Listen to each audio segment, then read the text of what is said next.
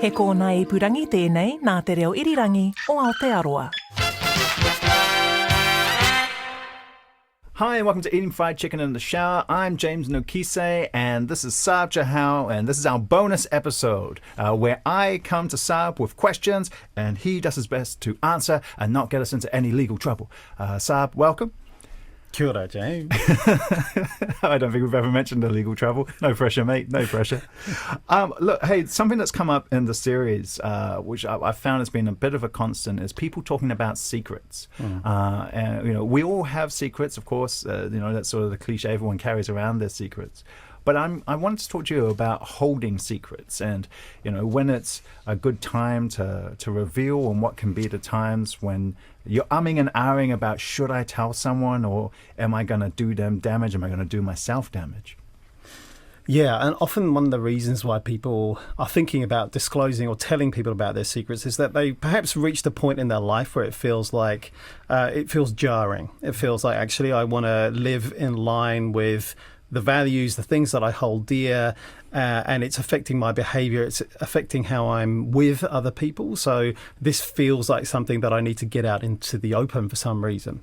And there are ways and means of doing that. One of the things that, we're around the end of the year and it's coming up to Christmas and there's a lot going on, and often people tell things around holidays, and often that's not the best time because there's a lot of other things going on. So I would say, generally pick your moment.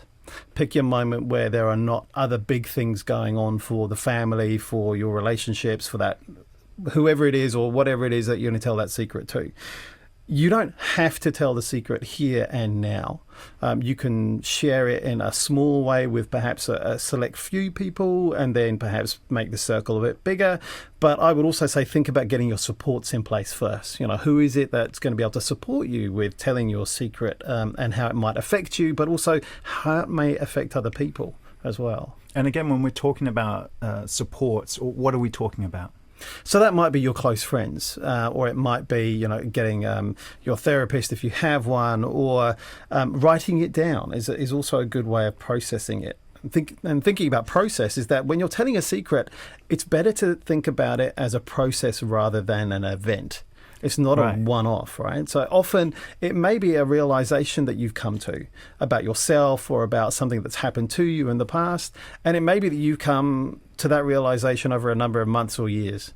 And so similarly, when you're telling other people, you don't expect them perhaps to come to terms with whatever it is that you're telling them instantly. I just want to highlight again, if you're a drama queen, like I am, please remember it is definitely a process, not an event.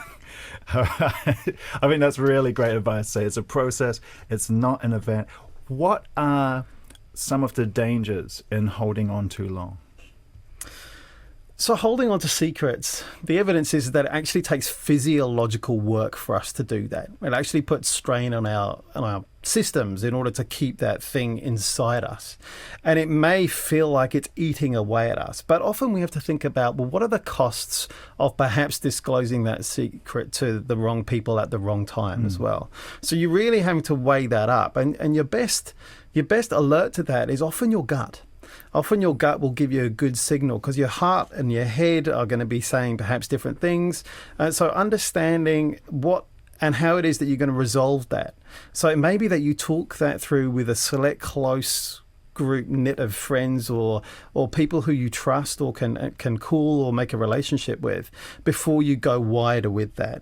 It's natural to be nervous, but it's also good to be in control of what it is that you're telling other people so that you can dictate the pace of it rather than it getting out of control and you feeling quite worried or anxious about what's going to happen next. And again, this is something we've talked about in the past, but I think it pays to reiterate this, is that if you do disclose a secret and it doesn't go well, what are some of the things you can do?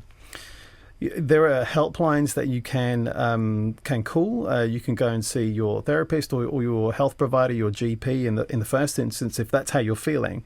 But again, I would say the best thing to do is to get all of that stuff lined up beforehand. Test it out.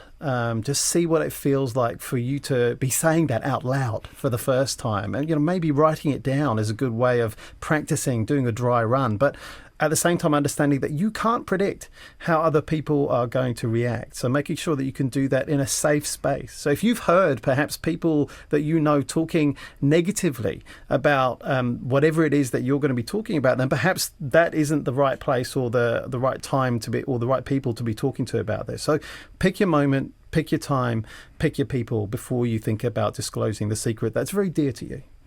Are there big secrets and little secrets, or is it all relative to someone? Because, you know, when someone's holding in something, they go, I've been holding on this, and then they tell you, and you're like, oh, is that, is there a way to respond to someone disclosing a secret to you? Yeah, that's a really good question. And, you know, often we can get things out of proportion with ourselves. You know, the big things can become small, little things can become really, really big. But I think if you're on the receiving end of someone telling you a secret, one of the most important things that you can tell them is that this doesn't change how I feel about you. Yeah, cool. Yeah. But also at the same time, you might want to say, this is going to take me a bit of time to process. This is new to me. And so please bear with me as I process this through, but it doesn't change how I feel about you. And that's okay on both sides to be able to say, hey, you've hit me for 6 here, but I'm still with you. I just got to process. Absolutely, because again, it's the process, not the event. And so the receiver also needs to say, actually, yes, there was this moment when you perhaps said this thing, and it took me a while to come to terms and to understand where it is that you're coming from. But underneath it all, you're still the same person. And my feelings about that don't change.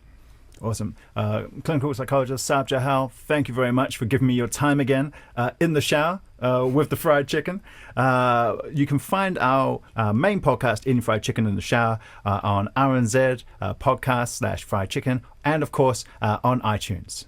Kia ora. This podcast is made possible by the RNZ New Zealand On Air Innovation Fund.